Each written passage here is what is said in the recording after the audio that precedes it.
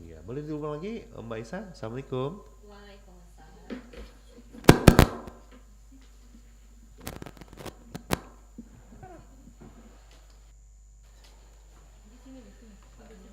Iya, Mbak Aisyah ini tadi sudah dijelaskan adalah apoteker yang merupakan penanggung jawab subkomite program pengendalian resistensi antimikroba. Ini ataupun tempat kerjanya di mana ini, Mbak? Kita di Rumah Sakit Muhammad Husin Palembang. Rumah Sakit Muhammad Iya. Husin Palembang. Ini kan bahasa bahasa kedokter ya, bahasa medis ya. Boleh dijelasin nggak ini sebelum kita berbicara lebih lanjut apa nih yang dimaksud dengan apa nih? Apa tadi? Pengendalian resistensi antimikroba nih. Oke, baik.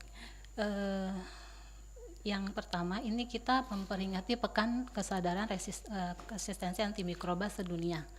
Jadi ini memang diperingati setiap tanggal 18 sampai 24 November. Untuk setiap tahunnya. Jadi ini memang aksi global benar-benar dari WHO bersama Kemenkes bahwa setiap tahun kita akan mengadakan Pekan Kesadaran Resistensi Antimikroba Sedunia. Kesadaran ini memang dilakukan untuk mengedukasi orang betapa pentingnya penggunaan antibiotik yang tepat untuk melawan terjadinya resistensi antibiotik dan menjaga kesehatan kita semua. Oh gitu. Kalau untuk antimikroba sendiri apa ini yang dimaksud dengan antimikroba nih, Mbak? Iya, mungkin kita harus tahu artinya dulu ya Pak Iya, ya. sebelum bicara lebih lanjut. Untuk antimikroba sendiri itu adalah zat yang dapat membunuh dan menghentikan pertumbuhan mikroba. Jadi kalau antimikroba itu lebih luas. Dia di dalamnya ada antibiotik, antivirus, anti jamur dan agen antimikroba lainnya. Jadi nanti baru yang paling dikenal masyarakat mungkin antibiotik. Iya. Ya. Jadi yang secara luasnya itu adalah kesadaran untuk resistensi antimikroba. Jadi semua agen antimikroba.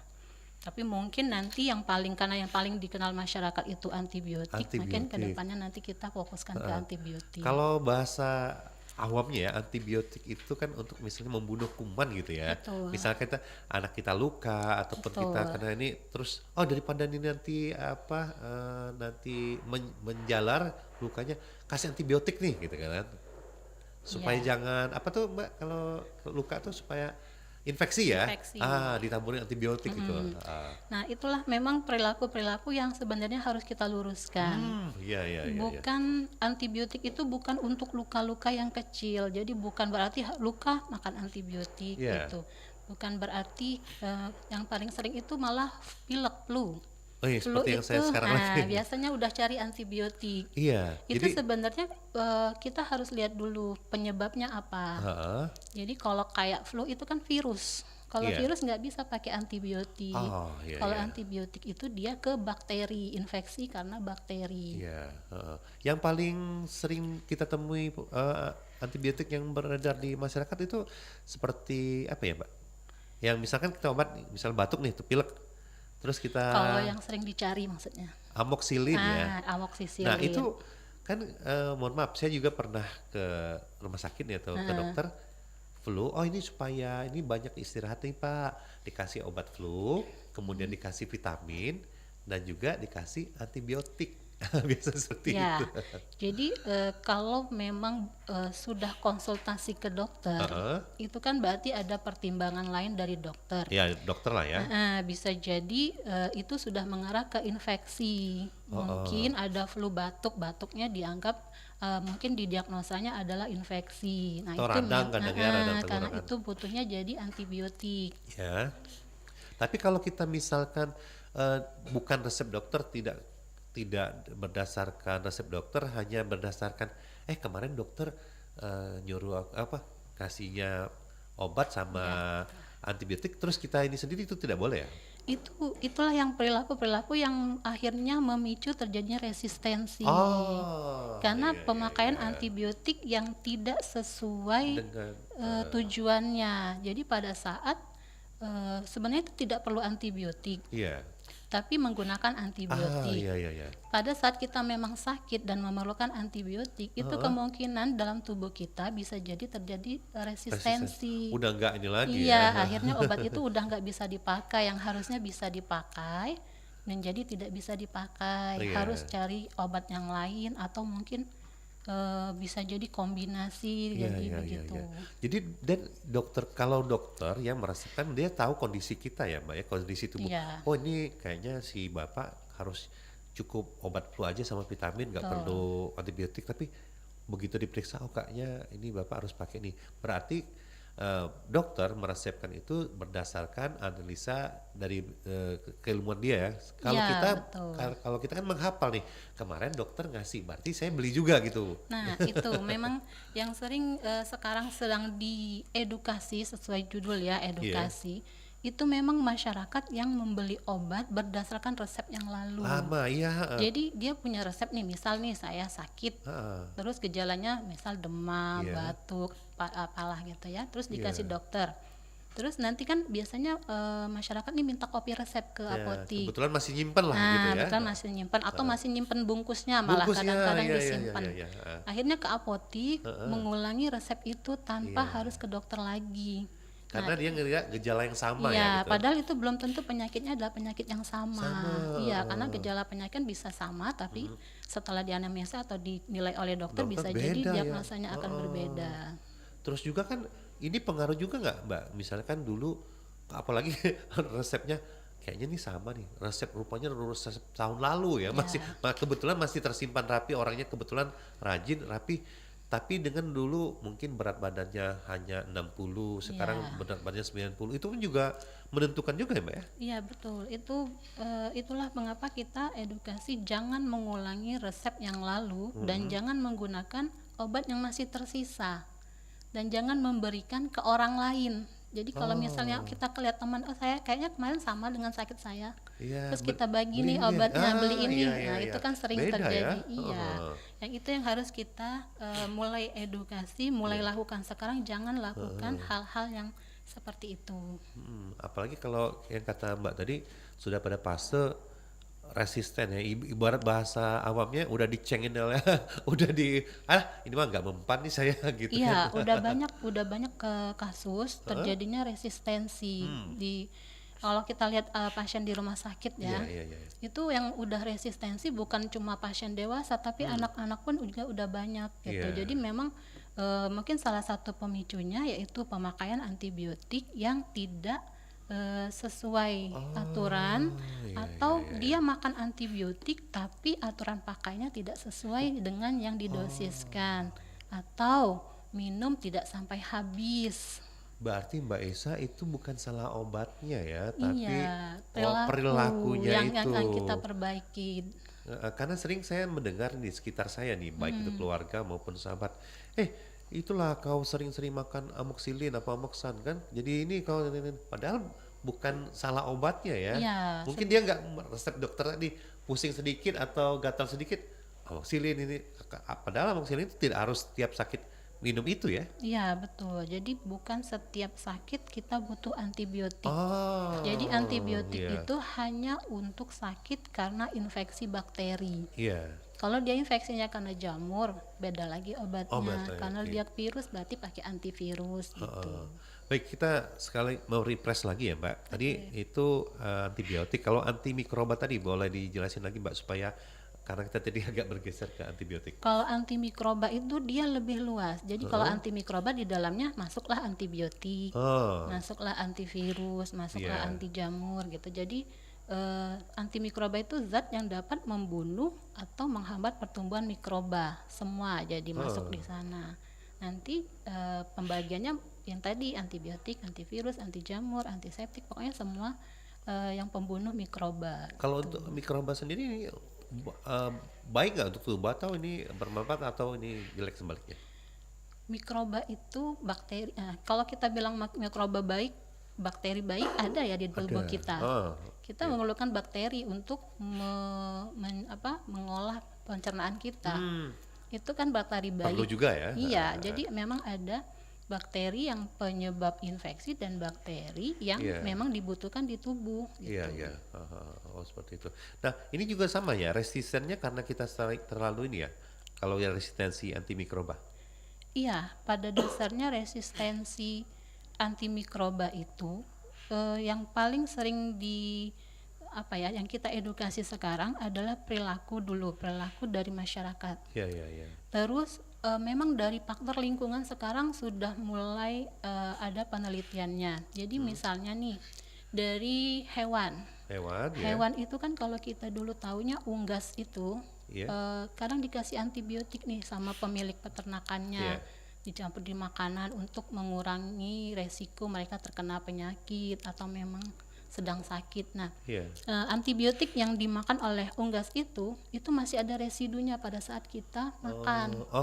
Jadi Oh. kalau memang tujuannya untuk pencegahan pada saat unggas itu di peternakan, Iya. itu sekarang dari dinas peternakan pun sudah sama-sama namanya One Health. Jadi kita bersatu, bukan Iya. dunia kesehatan saja, tapi dari peternakan juga.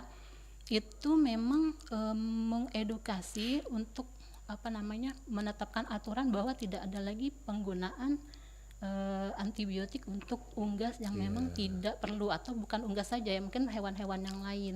Karena dampaknya itu panjang ya, Iya, itu bisa ada sampai residu. ke kita ya gitu ya. Residu itu kan kita makan. Heeh. Kita makan berarti antibiotiknya ikut masuk ke dalam tubuh Oh iya, kita. iya, iya. Padahal itu untuk si hewan tadi ya. Iya. Terus dari lingkungan, dari air, mungkin airnya kurang bersih. Hmm. Itu juga bisa menjadi masuknya bakteri kan Iya, iya. jadinya. Terus udara yang terkontaminasi, atau dari pasien-pasien yang sudah terinfeksi. Oh, menular juga jadi ya? Iya, jadi kalau pasien itu udah resisten, kita tertular, kita otomatis juga bisa Resisten. jadi kita resisten. Oh gitu. Ya, makanya kalau di rumah sakit, untuk pasien-pasien yang sudah teridentifikasi terkena resistensi antimikroba, sudah berdasarkan hasil pemeriksaan, itu ada ruang khusus biasanya dipisahkan dari pasien yang lain. Jadi paling tidak dia dihindarkan penularannya ke pasien yang lain gitu. Oh gitu. Mbak, kita potong sedikit ya. Ini ada penelpon nih yang WhatsApp. Ya. Assalamualaikum Bang Endi, saya Ria di Banyuasin, mau tanya dengan Mbak Aisyah. Saya pernah berobat ke puskesmas atau dokter dikasih antibiotik. Katanya obat ini harus dihabisi, benar nggak seperti itu? Kalau benar, mengapa kalau tidak dihabiskan? Apa efeknya? Tolong penjelasan. Nah ini pertanyaan yang bagus ya. Oh, saya yang jelas. Harusnya Mbak Aisyah ya. Cuma saya begitu antusias nih. Karena ini juga pertanyaan saya loh Mbak. Kenapa Iya. kadang-kadang harus dihabiskan ya? Karena, Iya. karena kita kadang-kadang, dok kayaknya aku udah sehat dok 2 hari, kok harus 4 hari banget sih? Gitu. Ya, betul. Jadi biasanya untuk penyakit-penyakit mungkin tertentu, dokter hanya memberikan antibiotik mungkin 3 hari, 5 Iya, hari, atau 7 hari, atau 14 hari gitu Iya. ya. Dan biasanya nanti pada saat di apotik ada edukasi dari apotekernya, nanti obatnya dihabiskan ya Bapak. Iya. Terus Harus sampai habis gitu ya, minumnya gitu. juga harus teratur. Jadi kalau misalnya 2 kali itu harus per 12 jam. Iya, Jam iya, 7 pagi misalnya, berarti setelahnya jam 7 malam. Itu untuk durasinya. Iya. Atau kalau dia per 8 jam 3 kali sehari, 3 kali sehari, itu berarti jam 6 pagi kita contohin, jam 2 siang sama jam 10 malam. Jadi kalau untuk pemakaian antibiotik itu pemakaiannya harus tepat waktu, itu yang pertama yang harus kita edukasi. Terus biasanya kita juga edukasi antibiotiknya harus dihabiskan ya, jangan di stop. Jadi begini, antibiotik itu kan gunanya untuk membunuh bakteri, menghambat atau membunuh bakteri. Jadi pada saat dikhawatirkan pada saat dia belum selesai diminum, tapi kita udah merasa sehat. Nah, pasien udah merasa, udah saya stop aja, kayaknya saya udah sehat nih, obatnya juga kayaknya nanti aja disimpan buat sakit lagi yang lain gitu. Kalau sakit lagi gitu kan, itu sebenarnya bisa jadi bakterinya itu belum mati.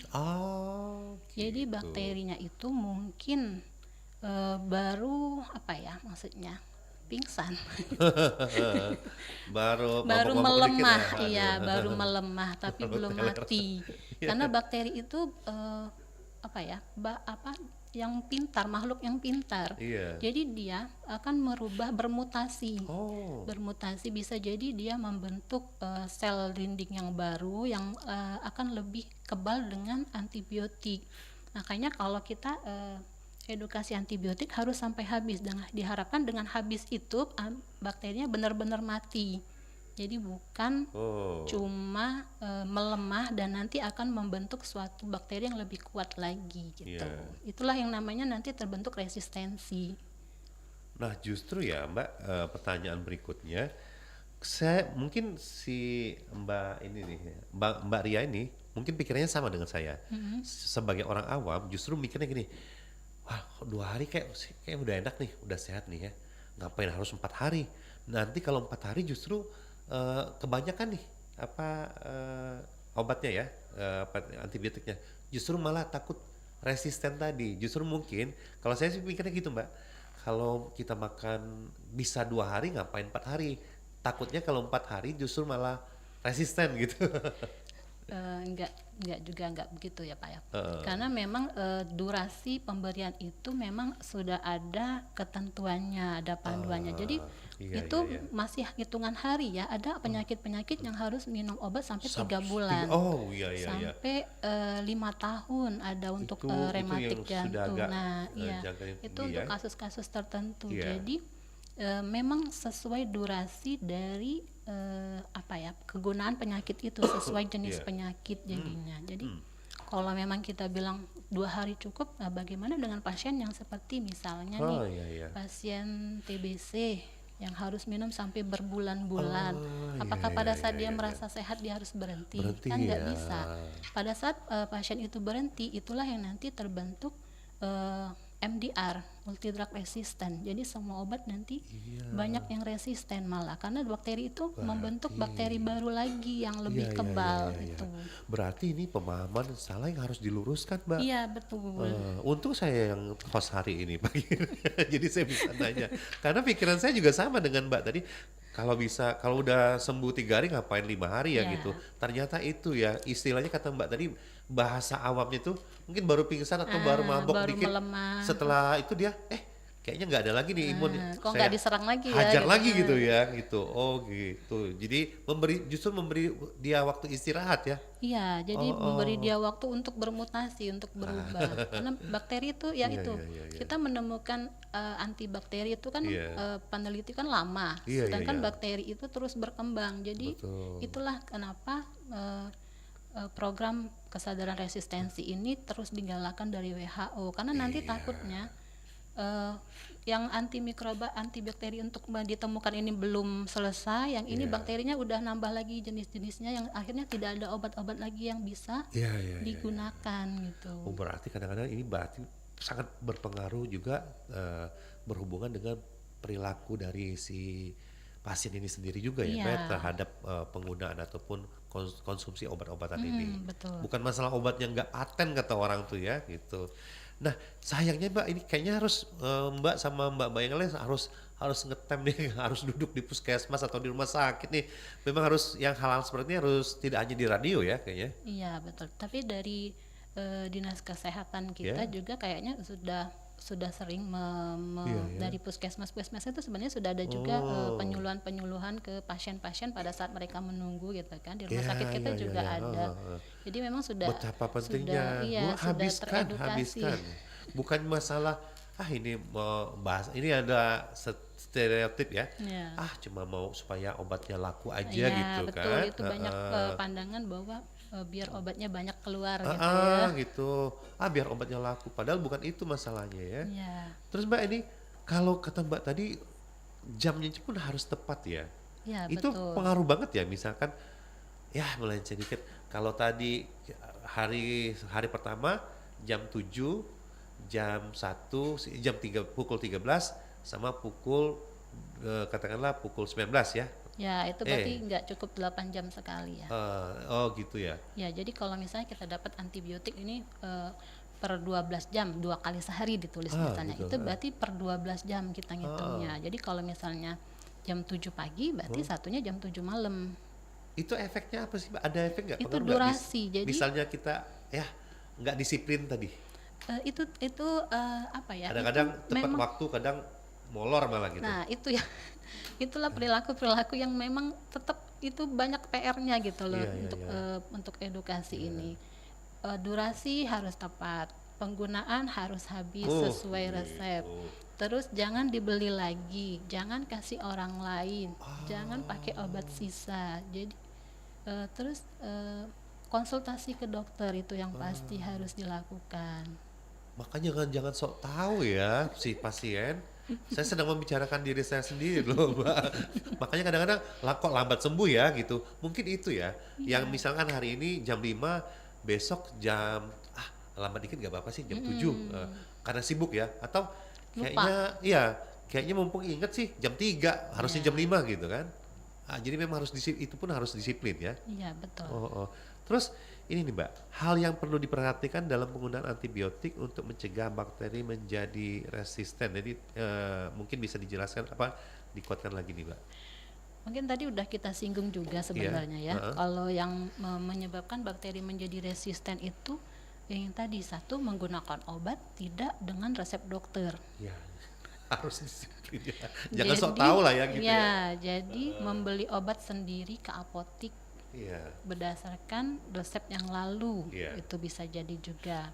Terus eh, karena waktu itu merasa pernah sembuh dengan resep ini, diulangi lagi membelinya. Bahkan nyuruh anaknya atau adiknya, ini si Ya, si kakak kemarin sembuh nih pakai ini. Kamu juga ya, padahal beda-beda ya. betul. Jadi belum Ah, tentu sakit kita sama sakit sama. dia sama, apalagi sakit kita sama kita sendiri juga pasti bisa jadi Iya. berbeda gitu. Kadang-kadang beda golongan darah beda juga ya. Iya, betul. Oh, Jadi gitu.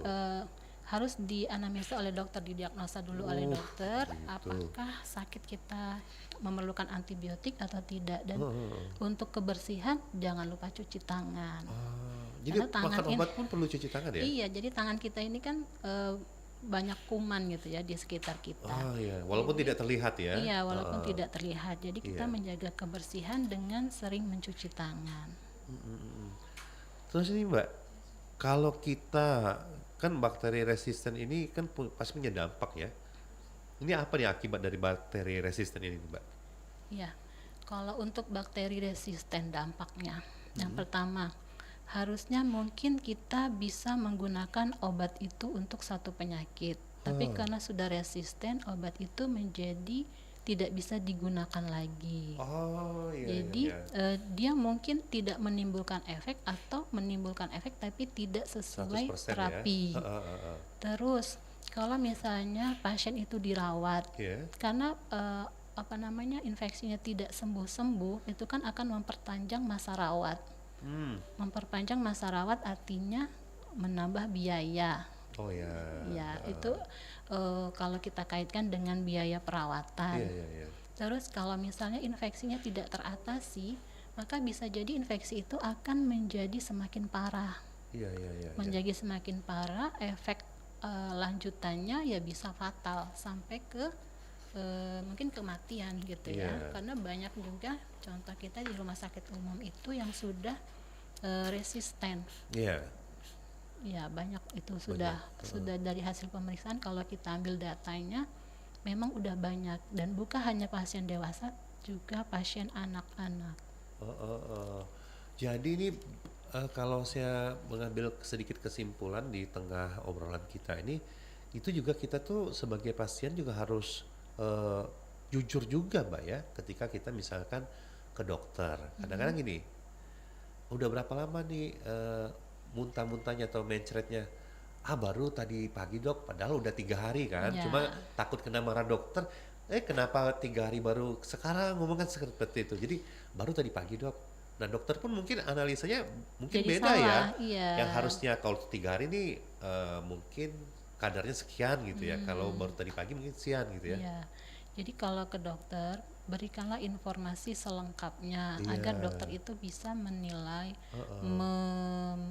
menilai penyakitnya berdasarkan keluhan, berdasarkan Keluhan, tanda-tanda fisik, kondisinya ya. kondisinya, atau mungkin nanti mungkin bisa diperkuat dengan cek labor Cek mungkin labor. ya. Iya iya iya. Bisa. Heeh, heeh. Karena kalau baru sakit sehari, Iya. mungkin dokternya berpikir oh belum perlu. Oh, oh. Tapi karena kita nggak jujur, jadi dokternya kan Iya, Mungkin oh ya nanti 3 hari lagi ya Bu, kalau memang belum berkurang kesini lagi ke gitu sini kan, lagi. jadi Ah, si harusnya ya dokter iya. bisa-bisanya dokter ini biar biar dapat lagi nih pasien baru gitu. Padahal itu karena pasiennya yang tidak Iya, memberikan iya. informasi gitu. Ya terus ini juga Dok, ini berarti banyak sekali ya apa masalah-masalah awam ini kayaknya bisa saya baru tercerahkan pada pagi hari ini bersama Mbak. Misal contoh seperti ini, ada keluhan juga dari keluarga kan, dokter zaman sekarang beda ya sama dokter zaman dulu. Kalau dokter zaman dulu kita datang ke sana tuh bisa langsung dikasih resep, langsung ambil kesimpulan, selesai. Kalau zaman sekarang, oh baik Bu, kayaknya ini saya oke untuk tahap awal saya kasih ini, tapi untuk lebih jelasnya nanti Ibu ke labor, periksa cek darah, cek kolesterol, cek ini kan gitu. Ah ini mah biar biar apa ya, biar melakukan yang ini, biar laku yang lain gitu. Padahal kan ini untuk demi pas ya, ininya Iya, apa itu analisanya kan ya. dokter pasti memerlukan data pendukung ya Ya. untuk menegakkan diagnosa. Heeh, heeh, Jadi kalau memang dokter menilai perlu dilakukan cek labor atau mungkin heeh. radiologi itu ya mungkin dari bidang ilmu mereka memang mengharuskan ada data pendukung seperti itu. Baik. Wah, luar biasa sekali. Saya menjadi tercerahkan. Mudah-mudahan juga para pendengar Pro 1 yang saat ini mendengarkan juga ikut tercerahkan. Karena ini banyak sekali orang-orang awam yang sok tahu ya. Ya, saya sedang membicarakan diri saya sendiri sebetulnya. Baik, Mbak, sebelum kita melanjutkan obrolan kita, terlebih dahulu kita akan ikuti jeda iklan layanan masyarakat yang berikut ini. Aduh, parah banget nih macetnya. Bro, naik trotoar aja biar lebih cepat. Gas. Abang-abang ini mau ngapain? Mau lewat lah. Abang nggak tahu ini trotoar? Terus? Ya nggak boleh lah. Kok ribet banget sih? Biar cepet sampai loh, Dek. Abang-abang ini tahu nggak? Trotoar ada peraturannya loh. Dengerin nih. Bener tuh, penggunaan trotoar sudah diatur pada pasal 106 ayat 2 Undang-Undang Nomor 22 Tahun 2009 tentang hak pejalan kaki dalam berlalu lintas. Bagi yang melanggar, sanksinya adalah kurungan selama 2 bulan dan denda paling banyak 500 juta rupiah. Denger tuh. Jadi jangan kesini lagi. Khusus sana. Turun. Anda masih bersama Halo Dokter, hanya di Pro 1 RRI Palembang, kanal informasi dan inspirasi.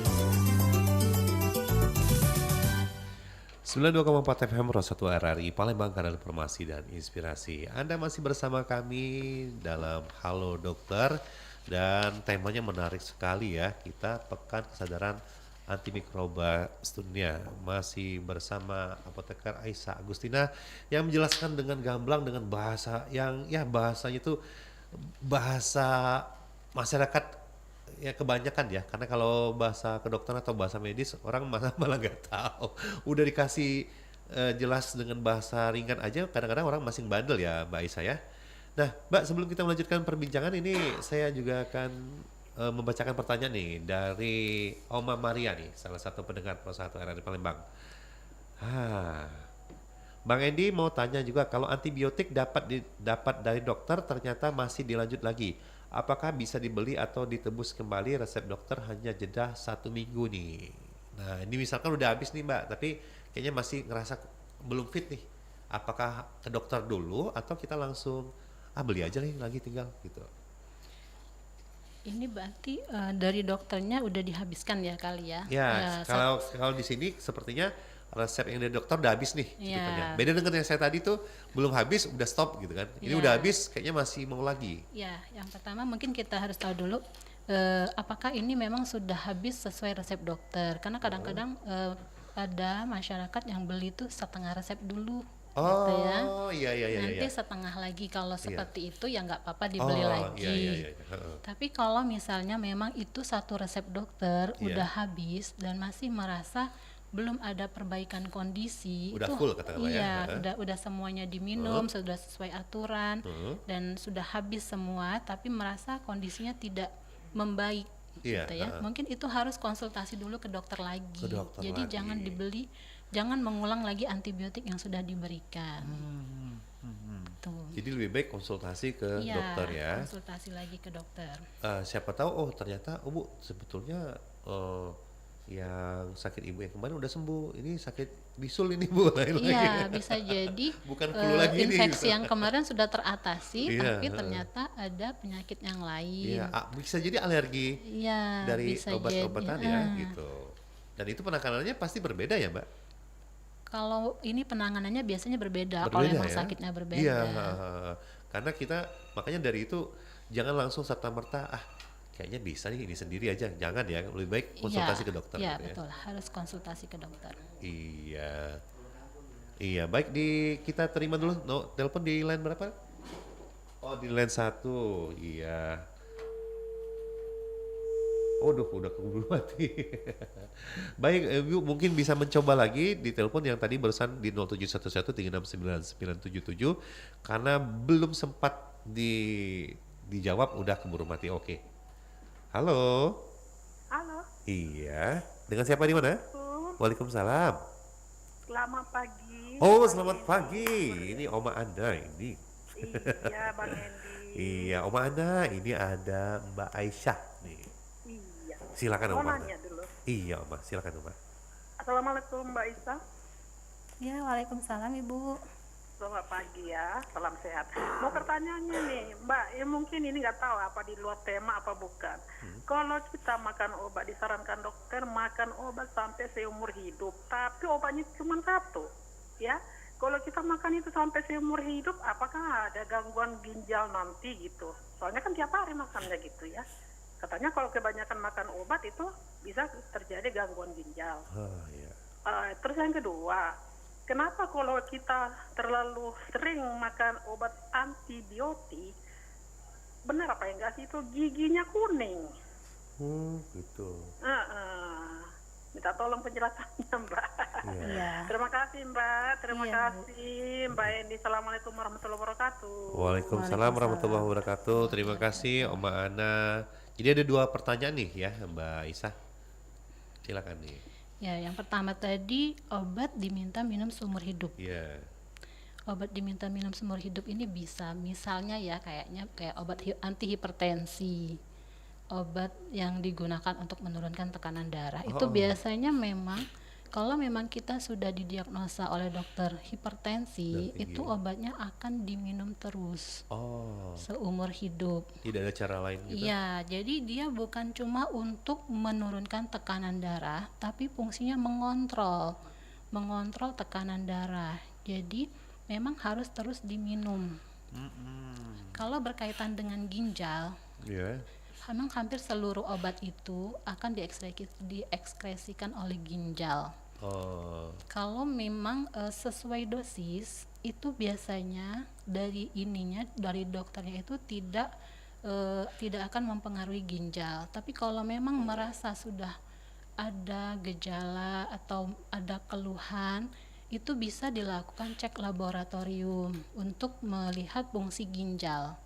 Kalau memang fungsi ginjalnya ada penurunan, biasanya akan ada penyesuaian dosisnya dari dokter. Jadi kalau memang ditanya apakah akan berhubungan dengan ginjal, ada beberapa obat yang memang mungkin nanti akan berpengaruh, tapi tidak semua. iya. Karena kita harus lihat dulu nih obatnya apa, kondisi pasiennya seperti apa. Jadi tidak bisa kita samakan dan harus melakukan uji laboratorium dulu untuk melihat fungsi ginjalnya bagaimana. Iya, itu seperti itu. Kalau untuk ini sendiri Mbak kan katanya kan bahasa awam itu jangan sering-sering makan obat kalau nanti larinya ke ginjal gitu kan. Nah, kalau untuk ginjal sendiri apakah ada penetralisir misalkan dengan ada saran nggak untuk supaya oke lah larinya ke ginjal, apa kita secara buah-buahan atau gimana? Kalau ginjal ya, itu yang paling pertama yang harus kita lakukan itu cukup minum sebenarnya. Oh, cukup minum ya. Iya, minum kita itu berapa ya? 2 liter, 2,5 liter, 2 sampai gitu. 3 liter sehari itu Dan memang dirutinkan harus, ya? Iya, harus diminum setiap hari. Bukan pada saat capek aja gitu Iya, ya, Bu, atau kita orang olahraga yang aja. sehat pun minumnya harus cukup itu, apalagi mungkin yang merasa sudah ada gangguan ginjal. Ginjal, oh, Tapi memang gitu. kalau udah ada gangguan ginjal, biasanya nanti dokternya ada lagi saran dari saran dari dokternya lagi mungkin ada pembatasan cairan, jadi beda lagi. Iya, iya, iya. Konsultasikan dulu ke dokter untuk itu kalau ini. Tapi kalau kita yang istilahnya seperti kita yang masih sehat itu memang minum harus cukup. Cukup berapa? 2 sampai 3 liter kalau nggak salah ya. Oh, iya, Boleh iya. dikonsultasikan lagi. Oh seperti itu. Terus ini Mbak, misalkan kita bahasa, saya lebih suka bilangnya bahasa awamnya ya, bukan bahasa medisnya. Kalau udah kadong nih kata orang, udah tubuh kita udah resisten nih terhadap antibiotik.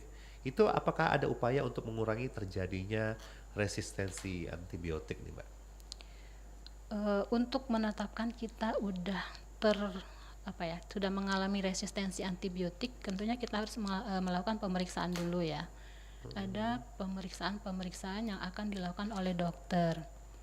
Mungkin dokternya akan mendiagnosa dulu, dari penyakit, dari riwayatnya, apakah sudah pernah dikasih obat, mungkin apakah sudah diobatin tapi sepertinya tidak ada perbaikan. Itu kalau untuk uji resistensi sendiri itu harus dilakukan di laboratorium mikrobiologi.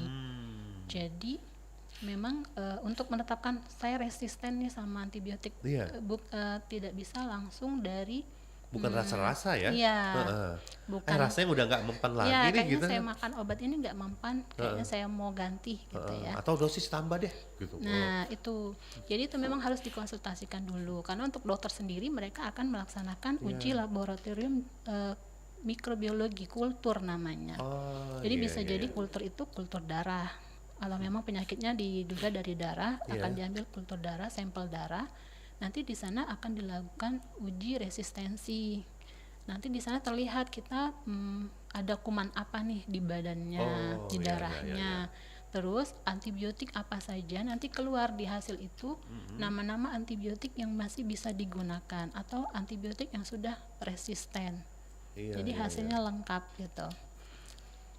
Berarti jangan melulu nyalain ini ya, nyalain apa? Bila perlu sudah kayaknya nggak mempan lagi, ganti dokter lah gitu, malah ganti dokter malah.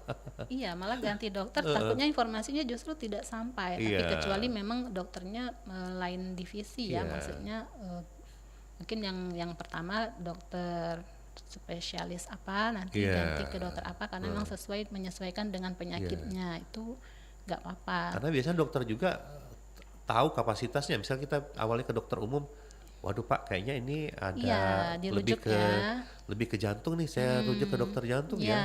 Bukan langsung, aduh nggak asik nih dokternya, saya ganti aja serta-merta gitu. Jadi sarannya ya kalau ini konsultasi ya diskusikan dengan dokternya, apakah memang kondisi penyakitnya seperti apa, minta penjelasannya boleh, itu memang hak pasien gitu. Dan semakin banyak informasi yang diketahui oleh dokter ya, dan kita jujur tadi, dokter semakin mudah menganalisanya. Iya betul, untuk mendiagnosanya bisa tepat. Jadi udah berapa nih? Baru tadi pagi, padahal udah seminggu ya gitu. Nah terus Mbak, ini tadi ada pertanyaan yang belum terlupa tadi. Apakah dengan sering minum antibiotik itu membuat gigi kuning ya Mbak? Oh iya. Ada beberapa antibiotik yang memang efek sampingnya itu ke gigi. Oh gitu. Misalnya tetrasiklin sepertinya ya. Oh gitu. Nah, itu memang dia akan mengubah warna gigi jika kita pakai dalam waktu yang lama. Jadi memang itu efek samping. Jadi kalau efek samping itu tidak semua orang akan mengalami. Jadi belum tentu. Jadi bisa jadi saya yang minum saya kena, tapi yang minum nggak kena gitu. Kalau efek samping itu kemungkinan terjadi, bukan tiap kita makan obat pasti terjadi. Jadi namanya efek samping. Tapi tapi itu sudah melalui mungkin penelitian dari pihak dari para ahlinya ya, walau itu ada efek sampingnya nanti ke gigi membuat menjadi kuning. Oh gitu, tapi itu tergantung penerimaan dari setiap masing-masing orang ya. Tidak semua orang. Iya, tidak pukul rata pasti itu. Iya. Termasuk yang peringatan, efek samping bisa menyebabkan kantuk, belum tentu juga ya. Ada orang tertentu yang mungkin nggak ngantuk. Nah, Mbak, iya kadang. kalau jadi dia tuh kalau efek samping itu biasanya dituliskan kemungkinan persentasenya berapa. Ah gitu. Nah, semakin besar persentasenya, Iya. kemungkinan orang akan mendapatkan efek samping itu lebih besar. Kalau kayak kita minum apa ya menyebabkan ngantuk tadi, cetirizine, Iya, itu iya, kan iya. ngantuk. Iya. Karena presentasi dari itu cukup besar, maka biasanya sebagian orang Iya. setuju dengan efek samping itu menyebabkan kantuk. Iya. Tapi ada juga yang tidak Iya. merasakan efek samping tersebut. Iya. Apalagi pas minumnya itu lagi di bulan tua tuh bikin ngantuk banget tuh tambah bikin ngantuk. Udahlah sakit. Belum gajian tambah ngantuk. Terus ini Mbak, kita beralih ke susu Mbak ya. Nah ini kan kesehatan ini identik juga dengan susu. Banyak yang mengatakan susu itu menetralkan obat misalnya atau orang keracunan minum susu, orang kemudian ada expired kita suruh minum susu. Nah pertanyaannya untuk konsumsi antibiotik apakah minum antibiotik bisa menggunakan susu atau berbarengan dengan susu sendiri Mbak? Ya, susu sendiri itu kan mengandung kalsium. Iya. Nah, kalsiumnya itu untuk beberapa antibiotik itu akan bereaksi membentuk senyawa kimia yang kita sebut kelat gitu. Oh. Nah, kelat itu akan mempengaruhi penyerapan antibiotik di saluran pencernaan.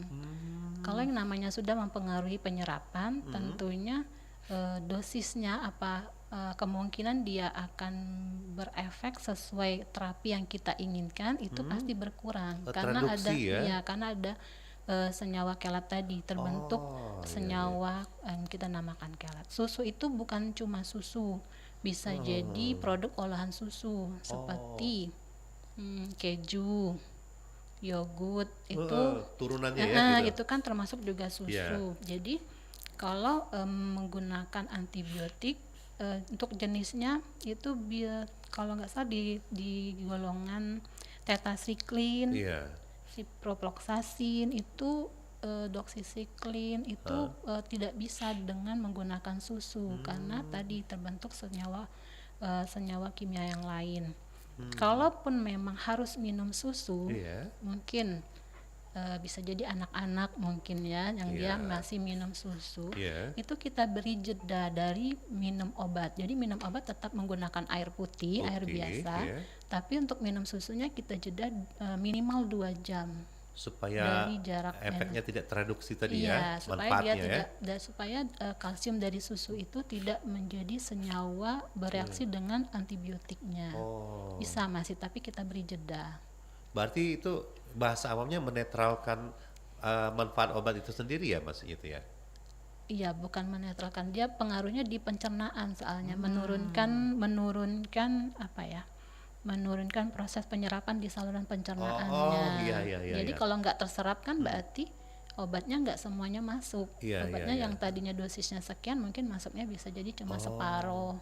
Oh maka itulah yang beredar di masyarakat, kalau minum susu Netral. iya katanya. jadi netral Heeh, katanya. Karena kan. itu tadi tidak terserap dengan baik ya oleh tubuh, tereduksi fungsinya tadi ya. Iya, betul. Berarti itu bahasa medisnya seperti itu ya. Ya, alasan medisnya seperti itu, cuma mungkin masyarakat ininya itu menetralkan obat ya. Iya Pak, ya. iya betul.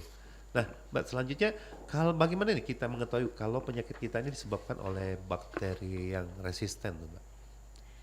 Nah, tadi sudah dibahas sebenarnya bagaimana mendeteksi bakteri itu sudah resisten tadi dengan pemeriksaan di laboratorium Ke lab tadi ya? Iya, tapi itu harus dari dokter ya, tidak bisa kita Rasa-rasa ya. langsung ke lab. Saya mau cek nih saya resisten apa enggak. Itu biasanya dilakukan pada saat kita memang menderita penyakit infeksi. Pada Iya. saat mungkin kita dirawat nih, mungkin salah satu contohnya, mungkin kita mempunyai penyakit yang kok lama nggak sembuh-sembuh. Iya. Terus dokternya udah kasih obat untuk menegakkan diagnosa, membuat tepat pemakaian antibiotik itu biasanya dilakukan uji kultur. Jadi dari hasil kultur itu nanti dilihat bakteri yang ada di dalam tubuh kita itu apa, misalnya bakteri yang ada di darah apa, karena kultur itu bukan cuma darah, bisa jadi dari urin, bisa jadi dari dahak atau sputum. Jadi banyak sumber yang bisa diuji kultur oleh dokter sesuai dengan penyakitnya. Gitu. Mbak, ini kita ada pendengar lagi yang bertanya melalui WhatsApp ya. Assalamualaikum Mbak Nia. Ini Mbak Sani ya di Jakabaring. Mau tanya dengan Mbak Aisyah, antibiotik ini jenisnya beda-beda ya dengan penyakit kita. Dengan penyakit. Kira-kira untuk antibiotik jenis virus atau bakteri seperti apa antibiotiknya? Dan yang kedua,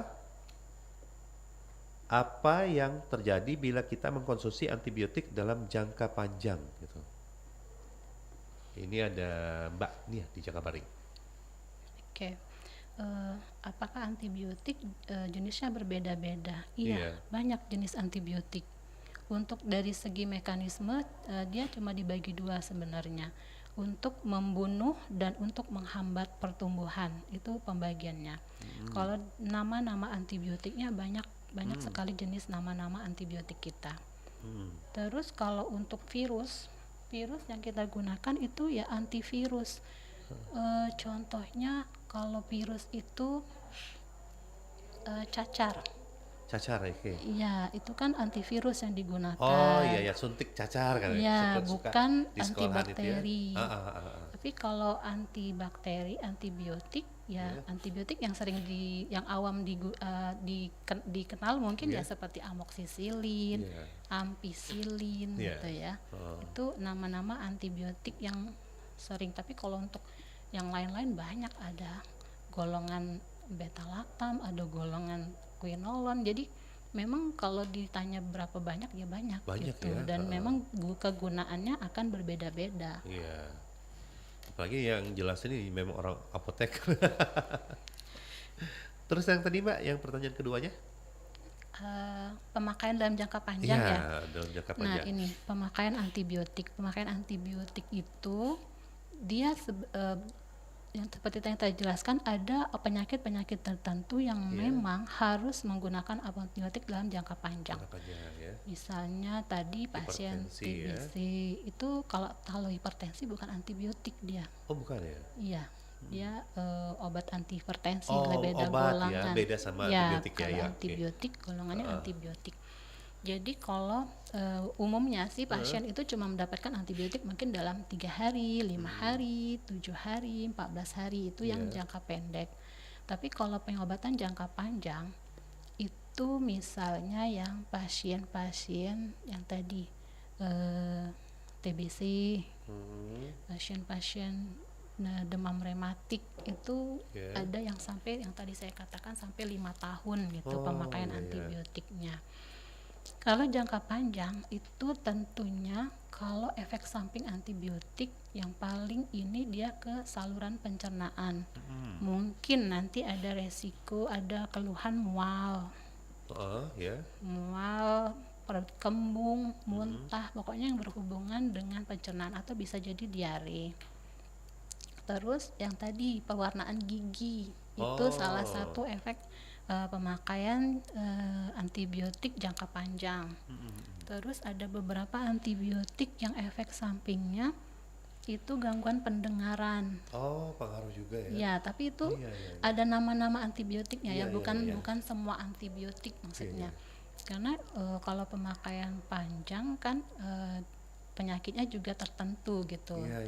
Makanya kita edukasi pasien itu jangan memperpanjang sendiri pemakaian antibiotik gitu. Yang harus konsultasikan dengan dokter ya. Jangan memperpanjang sendiri, jadi saya belum sembuh tambah lagi. Atau sebaliknya jangan memperpendek sendiri. Ya, jangan memperpendek dan jangan memperpanjang. Sendiri harus konsultasi dengan dokter ya. Dan untuk pemakaian jangka panjang ya yang paling kita takutkan resistensi tadi, jika pemakaiannya tidak teratur. Karena kalau sudah pemakaian jangka panjang itu biasanya ada pasien-pasien yang gagal pengobatannya itu karena dia tidak konsisten dengan durasi dan waktu pemberian obatnya.